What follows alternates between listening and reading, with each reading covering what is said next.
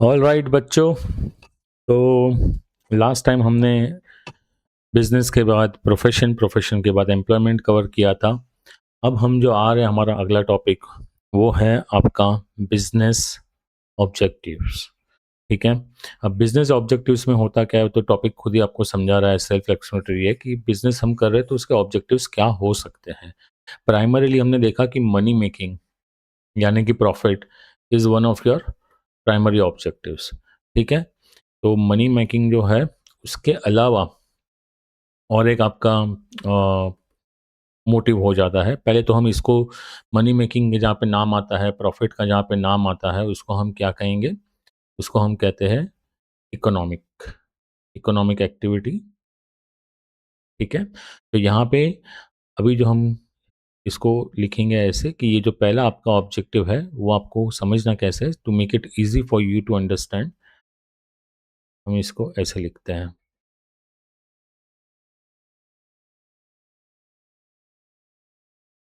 दो ऑब्जेक्टिव आपके, एक तो हो गया इकोनॉमिक ऑब्जेक्टिव्स, और दूसरा आपका हो जाएगा सोशल ऑब्जेक्टिव्स। तो आप जब बिजनेस करते हो तो आपको सिर्फ इकोनॉमिक ऑब्जेक्टिव्स ध्यान में नहीं रखने हैं, सोशल भी रखने हैं आपको। यानी कि किसी भी बिजनेसमैन को आप बोलोगे नहीं नहीं हम तो सिर्फ प्रॉफिट कमाएंगे, तो नहीं, तो सोसाइटी आपको वो करने भी नहीं देंगी। बहुत सारे लॉज है, बहुत सारे आपका जो बिजनेस का फ्यूचर है जहाँ पे कस्टमर डिमांड सप्लाई की बात आती है, तो वहाँ पे आप नोटिस करोगे कि आप चाहते हुए भी सिर्फ इकोनॉमिक ऑब्जेक्टिव्स पे आप फोकस नहीं कर पाओगे। ठीक है। आपको सोशल पे भी ध्यान देना ही पड़ेगा, आप चाहो या ना चाहो। ओके। तो ऐसा आप सोच रहे हो मन में कि नहीं हम सिर्फ पैसा कमाएंगे, लाखों करोड़ों कमाएंगे, तो वैसा नहीं है। ओके। और वो क्यों ऐसा है वो हम आगे समझेंगे इसी वीडियो में, इसी टॉपिक में। ठीक है। तो पहले तो इकोनॉमिक ऑब्जेक्टिव समझ लो। इकोनॉमिक ऑब्जेक्टिव्स में सबसे पहला जो आता है आपका वो है अर्निंग प्रॉफिट। ठीक है। पैसा कमाना और उस पैसे से प्रॉफिट। कभी भी आप याद रखना कि डायरेक्टली प्रॉफिट नहीं मिलता बिजनेस में। बिजनेस में सेल्स होता है, सेल्स से आपको रेवेन्यू मिलता है, और रेवेन्यू में से आपका प्रॉफिट निकलता है। बीच में से जो कटता है यहाँ पे उसको हम कॉस्ट के नाम से जानते हैं। सिर्फ इंफॉर्मेशन है आपके लिए समझने के लिए, इतना सब जानना समझना आपके लिए अदरवाइज नेसेसरी नहीं है। बट आप इतना ध्यान रखो कि earning profit is primary objective of the business, क्योंकि उसी बिजनेस से आपका सर्वाइवल होगा। बिजनेस को सर्वाइव करना है तो प्रॉफिट कमाना पड़ेगा। लॉस मेकिंग बिजनेस ज़्यादा टाइम नहीं चलते, साल 2 साल 3 साल, उसके बाद बंद करना पड़ता है उनको। तो अर्निंग प्रॉफिट में सर्वाइवल आपका एक मेजर रीज़न है, और दूसरा है ग्रोथ। हर किसी को ग्रोथ चाहिए लाइफ में। ठीक है। आपके पास 100 रुपया रहेगा तो आप उसको भी कैसे ग्रो करना है ये सोचोगे, इसलिए आप उसको बैंक में एफडी रखोगे, या फिर आप उसको शेयर मार्केट में इन्वेस्ट करोगे, या फिर अगर आपके पास इतना पैसा है कि आप रियल एस्टेट में इन्वेस्ट कर पाओ तो उसमें करोगे। रीज़न क्या है? पैसा ग्रो होना चाहिए। ठीक है। अगर पैसा ग्रो नहीं हो रहा है तो वो पैसे का value over a period of time कम होते जाता है। So is the case with business. Okay. Business grow होना चाहिए, है ना। तो जो पुराने सब बिजनेस आपको बड़े बड़े नाम दिखते हैं, रिलायंस एंड ऑल, वो पहले छोटे पैमाने पे शुरू हुए थे और फिर ग्रोथ करते करते यहाँ पे पहुंचे हैं, whether it is Reliance, whether it is Tatas, what ever. ठीक है। दूसरा जो है वो इसी से लिंक्ड है, और वो ऑब्जेक्टिव है सर्चिंग न्यू कस्टमर्स। ठीक है। तो आप जब बिजनेस करते हो तो वही कस्टमर को कितनी बार माल बेचोगे? अगर आपको बिजनेस आपका 100-200 साल पुराना है तो जनरेशन्स निकल जाती है भाई, है ना। तो आपको हर वक्त नए कस्टमर्स चाहिए रहते हैं, बराबर है। इन्हीं कस्टमर्स को आप माल बेचते रहोगे तो आपका बिजनेस ग्रो नहीं होगा। तो आपको अगर बिजनेस ग्रो करना है तो आपको नए कस्टमर्स लाने पड़ेंगे, फिर उनके थ्रू दूसरे कस्टमर्स मिलेंगे आपको। वर्ड ऑफ माउथ कहते हैं जिसको, रेफरेंस मिलता है जिनसे, है ना। तो आपको नए कस्टमर्स चाहिए ही चाहिए। एक एग्जांपल यहाँ पे हम डॉक्टर का भी ले सकते हैं जिनकी खुद की प्रैक्टिस होती है, क्या वो सेम पेशेंट को दवाई देते रहेंगे? नहीं, वो बार-बार थोड़ी बीमार गिरेंगे, है ना? तो इसलिए उनको भी नए पेशेंट चाहिए रहते हैं। ऑब्वियसली डॉक्टर्स इतने बाहर जाके मार्केटिंग वगैरह नहीं करते because they are into profession, they are not businessman otherwise. इसलिए ये हमें बात ध्यान में रखनी है कि नए कस्टमर्स भी हम हमारा बनने चाहिए, हमारे भी नए कस्टमर्स बनने चाहिए बिज़नेस के, और वो एक हमारा प्राइमरी ऑब्जेक्टिव होना चाहिए। इसके बाद आती है बात इनोवेशन की, तो ये ऊपर वाले पॉइंट से लिंक्ड है। नए कस्टमर्स आपके पास कब आएँगे? मार्केट स्टडी करके आएँगे, जब वो जानेंगे कि आपके पास जो प्रोडक्ट है, वो प्रोडक्ट आपके कॉम्पिटिटर से अच्छा है। अगर सेम प्रोडक्ट मिल रहा है, तो वो आपके पास क्यों आए? जो नज़दीक का है बिज़नेसमैन उसके पास जाएँगे। लेकिन अगर आपके प्रोडक्ट में कुछ ख़ास है, तो आपके पास डेफ़िनेटली आएँगे। तो वो ख़ास बनाने के लिए कंटीन्यूअस इनोवेशन करना पड़ता है। सॉरी। जैसे कि आपको पता होगा कि आप जब एक कस्टमर कार खरीदने जाता है, तो उसका एक डिसाइडिंग फैक्टर होता है, वो है फीचर्स, है ना? गाड़ी में नए-नए फीचर्स चाहिए, हमको सनरूफ चाहिए, हमको पता नहीं और क्या-क्या चाहिए, हमको वो डिक्की जो होती है, वो अपने आप ओपन हो जानी चाहिए, तो वो ऑटोमेटिक चाहिए। अभी सब कार्स ऑटोमेटिक गियर शिफ्टिंग के साथ आती है ना? उसको सीवीटी वगैरह कहते हैं। तो ये सब क्या है? ये फीचर्स है, और ये फीचर्स कैसे आए? क्या पहली गाड़ी बनी थी उसमें ये सब था? नहीं, वो सब इनोवेशन से आए हैं। जैसे-जैसे इनोवेशन हो रहा है, वैसे-वैसे मार्केट में कस्टमर्स को नए फीचर्स प्रोडक्ट के साथ ऑफ़र किए जा रहे हैं, और वो नए कस्टमर्स अट्रैक्ट कर रहे हैं, जिसके वजह से बिज़नेस बढ़ रहा है ना? बिज़नेस बढ़ेगा तो फिर से वही मोर प्रॉफ़िट, सर्वाइवल तो एश्योर्ड है ही, ग्रोथ भी कर सकते हैं, और एक्स्ट्रा पैसे से मार्केटिंग करके और नए कस्टमर लाओ और इनोवेट करो, है ना? तो साइकिल बन जाती है। और चौथा जो है, वो होता है best possible use of resources. अभी आपके पास जो भी रिसोर्सेज़ अवेलेबल रहते हैं, उसके कंस्ट्रेंट्स रहते हैं। जैसे कि एक तो होगी सप्लाई, है ना? एक टाइम पे आपको समझ लो कि सप्लाई जो है वो लिमिटेड होती है। कुछ चीज़ें आप बना रहे हो, जैसे कि गाड़ी बना रहे हो, तो टायर्स की सप्लाई लिमिटेड है, राइट? नट बोल्ट्स रहेंगे टायर्स फिक्स करने के लिए, उनकी सप्लाई लिमिटेड होगी। एक बार में इतना ही स्टॉक आ सकता है आपके पास, या फिर आप उतना ही पैसा डाल सकते हो। तो एक कंस्टेंट सप्लाई है, दूसरा हो जाता है बजट, ठीक है? यानी कि पैसा, कि आप कितना पैसा डालोगे एक्स्ट्रा माल स्टॉक करने के लिए, नट बोल्ट्स लेने के लिए आप कितना रुपया डालोगे, कितना करोड़ों रुपए रखोगे, है ना? तो आपका एक बजट बनता है, बजट के हिसाब से आपके रिसोर्सेज आपके पास आ जाते हैं। तो आपके पास जो रिसोर्सेज आए, उसका आपको ऑप्टिमम यूज़ करना है। अगर वो वेस्टेज में अगर माल जा रहा है, तो आपके प्रोडक्शन को वो हैम्पर करेगा, है ना? क्या करेगा? वेस्टेज की वजह से आपका प्रोडक्शन तो कम होगा ही होगा, ऊपर से वेस्टेज वाला जो लॉस है वो अलग से। इसका इफ़ेक्ट कहाँ पे आएगा? ये लॉस कवर करने के लिए मान लो आपका जो प्रोडक्ट है, उसमें आप इसको चार्ज करोगे, तो इसका सेलिंग प्राइस बढ़ाना पड़ेगा। सेलिंग प्राइस बढ़ाओगे तो मार्केट में कॉम्पिटिशन में आपको हो सकता है बिज़नेस कम मिले, क्योंकि कॉम्पिटिटर का रेट ज़्यादा अच्छा हो सकता है ना? तो ये सब चीज़ ध्यान में रखनी है आपको, कि मैक्सिमम यूटिलाइज़ेशन करना है हमारे पास जो रिसोर्सेज़ हैं। As a businessman we have to be very careful about it. Wastage minimum होना चाहिए। कुछ प्रोसेस ऐसे होते हैं जहाँ पे वेस्टेज अवॉइड नहीं किया जा सकता, लेकिन उसको मिनिमाइज़ डेफ़िनेटली किया जा सकता है ना? तो वो आपको ध्यान में रखना है। तो ये जो थे, ये आपके 4 जो है वो आपके क्या हो गए? इकोनॉमिक आपका ऑब्जेक्टिव्स हो गया, ठीक है? इसके बाद हम आएँगे सोशल पे। तो सोशल पे जो पहला हम लेंगे, वो है सप्लाइंग क्वालिटी प्रोडक्ट्स, ठीक है? जैसे मैंने कहा था कि आपके पास चॉइस नहीं रहेगी। मार्केट में आप जाओगे, तो आपके पास जो है, वो आपके इकोनॉमिक ऑब्जेक्टिव्स के अलावा सोशल ऑब्जेक्टिव्स पे भी मार्केट आपको काम कराएगा। क्यों कह रहा हूँ मैं ये? क्योंकि आप जब एज़ अ कस्टमर जाते हो मार्केट में, और 2 जन माल बेचने बैठे हैं, तो हर बार आप पैसा नहीं देखोगे, है ना? कभी-कभी हमारा बजट कंस्ट्रेंट होता है तो ठीक है, हम सस्ती वाली चीज़ उठा के लाते हैं। लेकिन अगर बजट कंस्ट्रेंट नहीं है, हमारे बजट में दोनों आदमियों की दोनों बिज़नेस के प्रोडक्ट्स बैठ रहे हैं, तो हम किसको प्रेफ़र करेंगे जहाँ पे हमको क्वालिटी मिलेगी। तो बिज़नेस किसको मिला? वो बिज़नेसमैन को जो क्वालिटी प्रोडक्ट बेच रहा है, क्वालिटी प्रोडक्ट सप्लाई कर रहा है। राइट?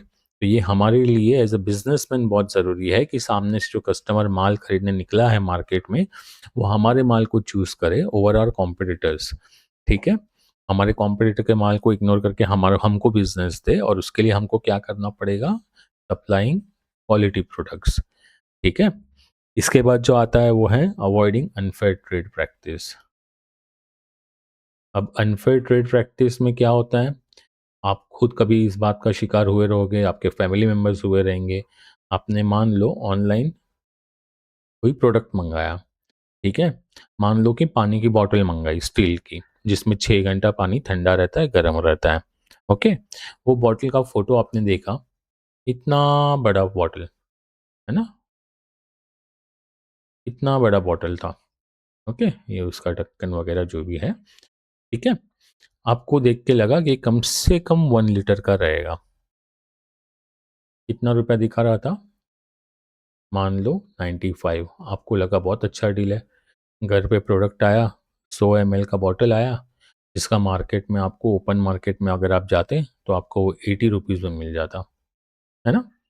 100 ml का बॉटल आपको दे दिया, आपने फ़ोटो लगाया था 1 लीटर का, कहीं पे शायद लिखा भी हो फ़ोटो पे, तो ये क्या हो गया? Unfair trade practice. बेचने वाले ने लिस्टिंग जब लगाई अमेज़न या फ्लिपकार्ट या जो भी कोई भी ऑनलाइन अपने स्टोर पे, तब उसने 1 लीटर का फ़ोटो लगाया, बॉटल 1 लीटर बॉटल का फ़ोटो लगाया, जबकि वो बेच रहा था 100 एमएल का बॉटल। ये उसको पता था, लेकिन उसने फिर भी ये किया। क्यों? ताकि उसको लगा कि मेरी 1 लाख बॉटल जो मेरी नहीं बिक रही है, 100 एमएल किसी के काम में नहीं आ रहा है, वो मैं ऐसे करके बेच दूँ, तो मेरा स्टॉक निकल जाएगा। लेकिन क्या हो गया? सेलर का सेलर पे से भरोसा उठ गया लोगों का कि भाई ये तो हमारे साथ फ्रॉड कर रहा है। ठीक है? तो उसका बिज़नेस आगे चलेगा क्या वो नाम पे? नहीं। सेलर के बारे में पता चल गया पब्लिक को, तो कभी आगे कोई प्रोडक्ट खरीदेगा नहीं और इसीलिए आप देखोगे रिव्यूज़ लिखे रहते हैं बहुत जगह पे, तो उसमें मेंशन किया जाता है कि कस्टमर ने क्या हैरेसमेंट फेस की, क्या फ्रॉड किया हुआ उसके साथ, ये सब डिटेल्स वहाँ पे लिखी जाती है। तो उससे क्या होता है बिज़नेस आगे जाके नहीं मिलता है। ठीक है? तो उसको हम कहेंगे मिसलीडिंग एडवर्टाइज़मेंट। फिर रॉन्ग मेजरमेंट हो सकता है।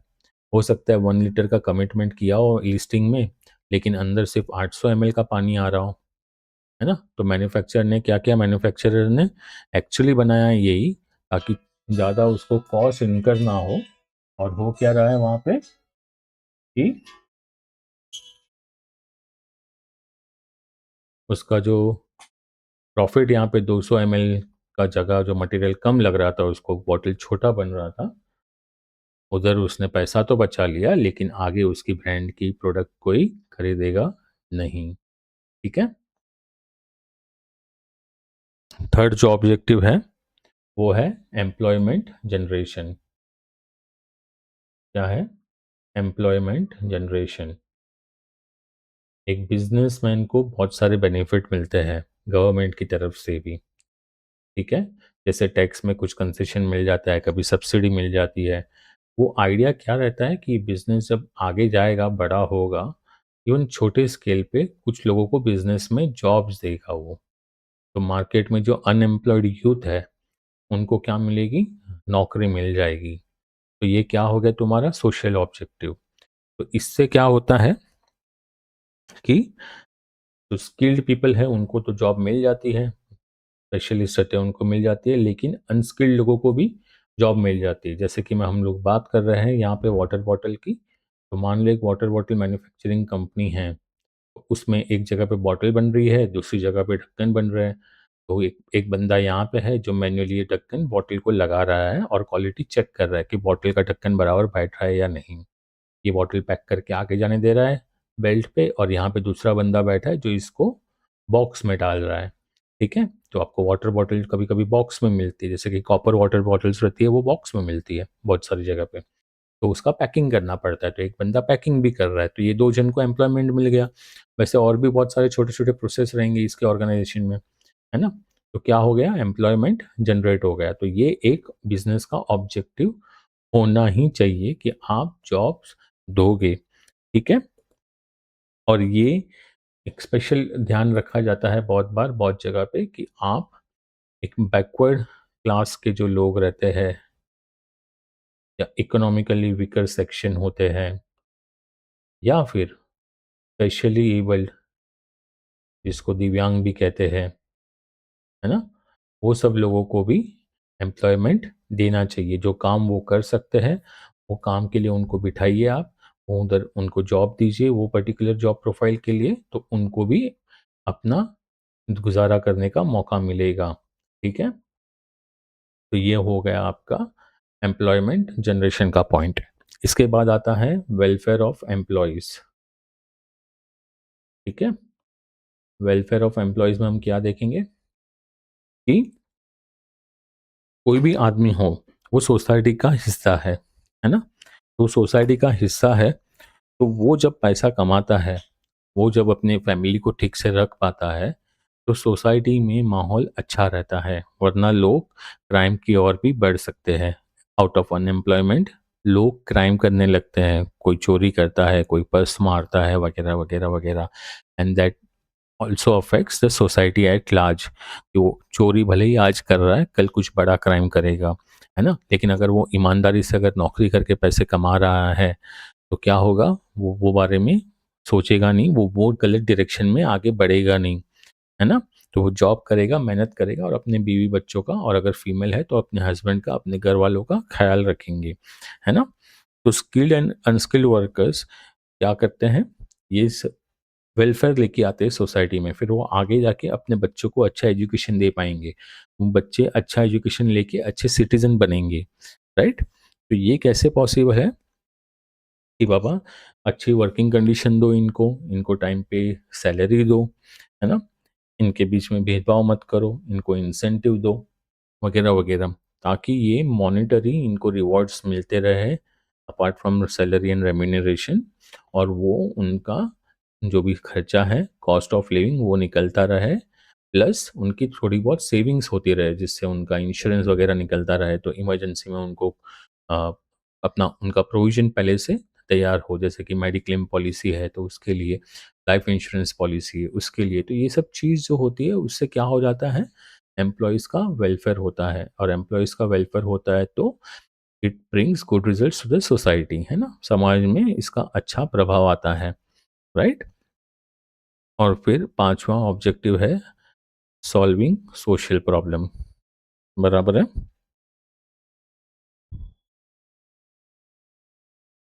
तो बिज़नेस को अभी जो सोशल प्रॉब्लम कैसा हो जाता है, जैसे वाटर पॉल्यूशन है, एयर पॉल्यूशन है, ट्रैफिक जाम है ना? वगैरह, वगैरह, वगैरह। तो ये जो है, इसको, ये सब चीज़ को ध्यान में रखना होता है और बिज़नेस को कंट्रीब्यूट करना होता है, जो भी तरीके से पॉसिबल हो, कि बाबा हम ये जो प्रॉब्लम सोसाइटी फेस कर रही है, हम उसको कैसे कम कर पाएँ। जैसे ट्री प्लांटेशन हो गया, है ना? तो मान लो किसी कंपनी के फाउंडर का बर्थडे है, तो 1000 पेड़ लगा दिया एम्प्लॉइज़ को बुला के उस दिन कि भाई आज हमारे फाउंडर का बर्थडे है, या फिर मान लो हमारी कंपनी को 25 साल हुए हैं, 50 साल हुए हैं, तो हम क्या करेंगे, हम 25 साल हुए हैं तो 2500 पेड़ लगाएँगे, 50 साल हुए हैं तो 5000 पेड़ लगाएँगे, है ना? तो इससे एयर पॉल्यूशन कंट्रोल में आ जाएगा, इससे बारिश अच्छी होगी, तो वाटर का प्रॉब्लम अगर है, वाटर स्कैरसिटी है, तो वो रिज़ॉल्व हो जाएँगे। तो ये सब सोशल ऑब्जेक्टिव ध्यान में रखने चाहिए बिज़नेस को, और साथ में ये सब ऑब्जेक्टिव्स जब इधर, अगर ये डायरेक्शन में बिज़नेस अपना कदम बढ़ाती है, तो एक गुडविल क्रिएट करती है, जिससे वजह से लोगों को उनके प्रोडक्ट लेने के लिए मोटिवेशन मिलता है। जैसे कि टाटाज़ के काफ़ी सारे प्रोडक्ट्स इसलिए लोग लेते हैं बिकॉज़ टाटाज़ ने कंट्री के लिए बहुत कुछ किया है ना? उनका बहुत सारा कंट्रीब्यूशन है। इसलिए टाटाज़ का नाम सुन के लोग प्रोडक्ट ले लेते हैं उनका, क्योंकि उनको पता है कि टाटाज़ में अगर हमारा 2 पैसा एक्स्ट्रा भी जाता है तो देश के ही काम आएगा, है ना? तो ये जो इमेज है, इंप्रेशन है, वो टाटाज़ ने ओवर द इयर्स बिल्ड की है सोशल वर्क करके, राइट? उनके ऊपर कोई लीगल ऑब्लिगेशन नहीं था, तभी कोई इतने स्ट्रिक्ट रूल्स भी नहीं थे जब उन्होंने बिजनेस स्टार्ट किया था, but they have always been a pioneer in this field, okay, in the field of social work. और लास्ट जो है वो है contributing to the welfare of the society, contributing to the welfare of the society. ठीक है, तो यहाँ पे क्या करना है कि भाई हम क्या करेंगे, हमारा जब भी अच्छा साल जाता है, हम 25% प्रॉफिट कमाते हैं, तो हम 25% का 5% मान लो, ठीक है, जो भी आता रहेगा 25% का 5%, 1% के आसपास कुछ आता रहेगा, 1-2%, तो मान लो कि हम ये क्या करेंगे, डोनेट करेंगे फॉर अ सोशल कॉज, है ना? अगर गवर्नमेंट ने कोई स्कीम निकाली है कि बेटी पढ़ाओ, है ना? वो गर्ल चाइल्ड एजुकेशन जो भी था, तो उसके लिए तो हम डोनेट करेंगे ताकि गवर्नमेंट के पास रिसोर्सेज रहे, है ना? बिज़नेस कंट्रीब्यूट करेगा तो छोटा-मोटा प्रॉफ़िट तो होता नहीं है। तो ये मान लो कि ये 1000 करोड़ का प्रॉफ़िट है, 1000 करोड़ का हम क्या बात कर रहे हैं, 5% तो 50 करोड़ हो गया। तो 50 करोड़ डोनेट करना है, तो 50 करोड़ गवर्नमेंट के पास रिसोर्सेज आ गए। तो जब गवर्नमेंट अपना कैंपेन रन करती है, तब टीवी पे एडवर्टाइजमेंट देती है, न्यूज़पेपर में एडवर्टाइजमेंट देती है, बैनर्स लगाती है, पोस्टर्स लगाती है, बुक्स डिस्ट्रीब्यूट करती रहेंगी, है ना? सब्सिडीज़ देती रहेंगी, गर्ल चाइल्ड को ज़्यादा कुछ प्रोवाइड करते रहेंगे एक्स्ट्रा एजुकेशन के लिए। जैसे बच्चों को स्कूल में मिड डे मील्स दिया जाता है, तो गर्ल चाइल्ड के लिए कुछ और करते रहेंगे, तो उनको फंड्स तो लगेंगे। तो जब ऐसे डोनेशंस आते हैं बिज़नेस के पास से, तो गवर्नमेंट के लिए काफ़ी आसान हो जाता है वो कैंपेन को सक्सेसफुल बनाना, राइट? तो ये वेलफेयर ऑफ द सोसाइटीज़, जहाँ पे हम ऊपर हमने जो बात की वो था प्रॉब्लम सॉल्विंग सोशल प्रॉब्लम, तो वहाँ पे हमने डायरेक्ट प्रॉब्लम पे अटैक किया था, है ना? तो वो था, जैसे हमने एग्जांपल दिया वहाँ पे planting trees to control air pollution, है ना? दिल्ली में इतना एयर पॉल्यूशन है, ट्रीज प्लांट करो, राइट? तो वो ओके, ओह हाँ, तो वो जो फिफ्थ पॉइंट है हमारा, वो क्या है कि डायरेक्ट प्रॉब्लम सॉल्व करो, कंट्रीब्यूट करो। जैसे ट्रैफिक जाम है, तो हफ्ते में 2 दिन वर्क फ्रॉम होम दे दो अपने एम्प्लॉयज़ को। तो वो 2 दिन मान लो तुम्हारे 200 एम्प्लॉयज़ जो गाड़ी लेके और बाइक लेके आते हैं, कार्स एंड बाइक्स, वो 2 दिन नहीं आएंगे। तो 2 दिन नहीं आएंगे और घर से काम कर रहे हैं, तो उतना पॉल्यूशन में कंट्रीब्यूशन कम होगा, है ना? तो 200 जन अगर मान लो कि कार लेके आ रहे, निकल रहे हैं, और 200 जन अगर कार 200 कार कम हो गई, मतलब ट्रैफिक जाम भी कंट्रोल में आ जाएगा तुम्हारा, थोड़ा बहुत वहाँ पे तुमको रिलीफ मिलेगी लोगों को, राइट? तो ये this is possible, this can be done and it should be done. तो ये तुम्हारा एक सोशल ऑब्जेक्टिव होना चाहिए कि सॉल्विंग सोशल प्रॉब्लम, और दूसरा है कि direct contribution contribution to the welfare of the society. ठीक है, तो ऐसे अवेयरनेस कैंपेन्स वगैरह गवर्नमेंट रन करती है, एनजीओज रन करते हैं, तो उनको डायरेक्ट डोनेशन दे दो, तो वो भी चलेगा, है ना? इसके अलावा, डोनेशन के अलावा और एक बात है स्कॉलरशिप, कि भाई बच्चे अगर अफोर्ड नहीं कर पा रहे, या बच्चे के माँ बाप अफोर्ड नहीं कर पा रहे, बच्चा पढ़ाई में होशियार है या फिर होशियार नहीं भी है लेकिन वो पढ़ना चाहता है, तो अगर स्कॉलरशिप्स अवेलेबल रहेगी तो बच्चे पढ़ाई कंटिन्यू कर पाएँगे, उनको छोड़ना नहीं पड़ेगा, क्योंकि उतना लोड उनके पेरेंट्स पे नहीं आएगा फ़ीस वगैरह को लेकर, है ना? तो स्कॉलरशिप भी ये दे सकते हैं ताकि आगे जाके बच्चे जो है वो पढ़ लिख कर आगे बढ़े और अच्छे सिटीज़न बने, है ना? देश के अच्छे नागरिक बने। तो ये था contributing to the welfare of the society.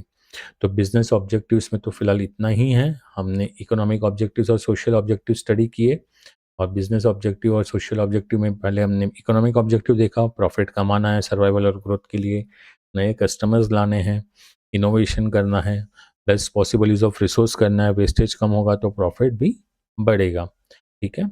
और सोशल ऑब्जेक्टिव्स के बारे में हमने देखा कि भाई आप नहीं करोगे तो भी आपको कहीं न कहीं सोसाइटी करवाएगी, कहीं लॉस से तो कहीं आपके बिज़नेस को डायरेक्टली अफ़ेक्ट करेगी। कैसे? कुछ तो हमने पहला पॉइंट देखा, सप्लाइंग क्वालिटी प्रोडक्ट्स, अगर आपके प्रोडक्ट्स अच्छे नहीं हैं, क्वालिटी नहीं है, तो जो क्वालिटी कॉन्शियस कस्टमर है, उनको अगर बजट उनके में बजट में दूसरे कॉम्पिटिटर्स के प्रोडक्ट्स बैठते हैं, तो भले ही महँगे रहेंगे लेकिन वो वहाँ पे जाएँगे, ठीक है?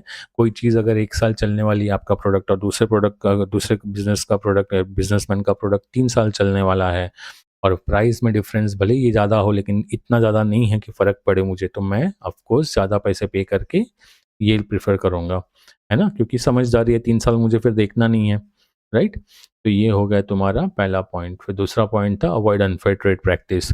तुमने लिस्टिंग लगाई ऑनलाइन शॉप में, ऑनलाइन स्टोर में जैसे अमेज़न, फ्लिपकार्ट वगैरह, 1 लीटर का बॉटल है ऐसा दिख रहा है, लोग ले रहे हैं और मिल क्या रहा है 100 एमएल का बॉटल। तो ये क्या हो गया आपने जानबूझ के किया है और आपका बिज़नेस ये बार तो हो गया, लेकिन आगे जाके लंबा नहीं चलेगा। ये कस्टमर भी 100 जन को बताएगा, ऑनलाइन रिव्यूज़ वगैरह लिखेगा और आपको तो ये करना ही नहीं चाहिए क्योंकि ये लीगली भी अलाउड नहीं है। तो मिसलीडिंग एडवर्टाइज़मेंट एक बात है, रॉन्ग मेजरमेंट का हमने एग्ज़ाम्पल देखा, 1 लीटर की बॉटल बन बोल के 800 एमएल की बॉटल बेच रहे हो, वो भी गलत है। ब्लैक मार्केटिंग कर रहे हो, वो भी गलत है। ब्लैक मार्केटिंग क्या होता है कि आप कोई चीज़ बेच रहे हो जिसके ऊपर जो चीज़ ₹100 की थी, जिसके ऊपर मान लो ₹20 गवर्नमेंट को टैक्स पर पे करना पड़ता है, तो हो जाता है ₹120। आपने क्या किया कि भाई ये मैं भी कर रहा हूँ, ये मेरा कॉम्पिटिटर भी कर रहा है, ठीक है? दोनों को अभी ₹120 सेलिंग प्राइस आ रहा है। मैं क्या करता हूँ, ये टैक्स नहीं पे करता हूँ और ये 105 में बेचता हूँ। तो इसका माल कम बिकेगा, मेरा ज़्यादा बिकेगा। ये भी अनफेयर ट्रेड प्रैक्टिस है और ये भी आपको एज़ अ बिज़नेसमैन कभी नहीं करना है, ठीक है? इसका भी लीगल इम्प्लीकेशंस तो रहेंगे, आपका बिज़नेस भी अफ़ेक्ट होगा, आपका नाम खराब होगा मार्केट में। तीसरा है एम्प्लॉयमेंट जनरेशन। तो आप जब बिज़नेस करते हो तो आपको क्या करना है, ये चीज़ ध्यान में रखनी है कि एम्प्लॉयमेंट जनरेट करना है आपको। आपका जब भी ग्रोथ होगा, आपको रिक्वायरमेंट रहेगी तो एम्प्लॉयमेंट जनरेट करो और वहाँ पे मौका दो स्पेशली डिसेबल्ड, ठीक है? दिव्यांग लोगों को कि वो उनके लायक जो भी काम है, वो काम करे और वो अपनी मेहनत से अपने पैसे कमाएँ, ठीक है? और बैकवर्ड क्लास लोग जो रहते हैं, इकोनॉमिक वीकर सेक्शन वाले रहते हैं, तो वो भी उनको भी आप एम्प्लॉयमेंट अपॉर्चुनिटी दो ताकि उनको पैसा कमाने का मौका मिले और वो गलत क्राइम चीज़ें ना करे जैसे कि पिक पॉकेटिंग वगैरह हमने देखा। क्या? वो हो गया आपका एम्प्लॉयमेंट जनरेशन वाला पॉइंट। उसके बाद वेलफेयर ऑफ एम्प्लॉइज़ में हमने देखा, टाइम टू टाइम उनको पगार वगैरह देना, फिर उनके लिए अच्छी फैसिलिटी प्रोवाइड करना, है ना? अगर कहीं पे काम कर रहे हैं और वो उनके घर से दूर है, तो एक कैंटीन वहाँ पे बना के देना, जहाँ पे उनको खाना खाना हो तो टाइम पे लंच टाइम पे खाना मिल जाए, वगैरह, वगैरह। तो ये सब वेलफेयर ऑफ एम्प्लॉइज़ में आते हैं और स्किल अनस्किल दोनों में कोई भेदभाव नहीं करना है with regards to their welfare. जो उनके हिसाब से उनको मिलना चाहिए, वो उनको दे दो करके, है ना? तो गुड वर्किंग कंडीशन, फिर पर्सनल पॉलिसी में कोई भेदभाव नहीं, बराबर है? जो भी स्किल्ड लेबर के लिए है, वही अनस्किल्ड लेबर के लिए तुम्हारी पॉलिसी सेम रहेगी। जो मेल्स के लिए है, वो भी फीमेल्स के लिए भी तुम्हारी पॉलिसी सेम रहेगी, ठीक है? तो ये सब भेदभाव वगैरह नहीं करना है आपको, है ना? ओवरटाइम मेल्स को मिल रहा है, तो फीमेल्स को भी मिलना चाहिए। अगर ओवरटाइम मेल्स को नहीं करवा रहे हो, तो फीमेल्स को भी मत करवाओ। तो ये कहीं पहले होता था, अभी तो काफ़ी कम हो गया है ये सब, लेकिन ये ध्यान में रखना है, ठीक है? फिर सोशल प्रॉब्लम के बारे में हमने बहुत डिस्कस किया कि भाई पेड़-वेड़ लगाओ, है ना? पेड़ लगाने से आपका क्या कहते हैं, एयर पॉल्यूशन कंट्रोल में आ जाएगा। एयर पॉल्यूशन कंट्रोल में आ जाएगा, ऊपर से रेनफॉल अच्छा होगा, जो साइकिल होती है नेचर की, उसमें वो साइकिल इम्प्रूव हो जाएगी, है ना?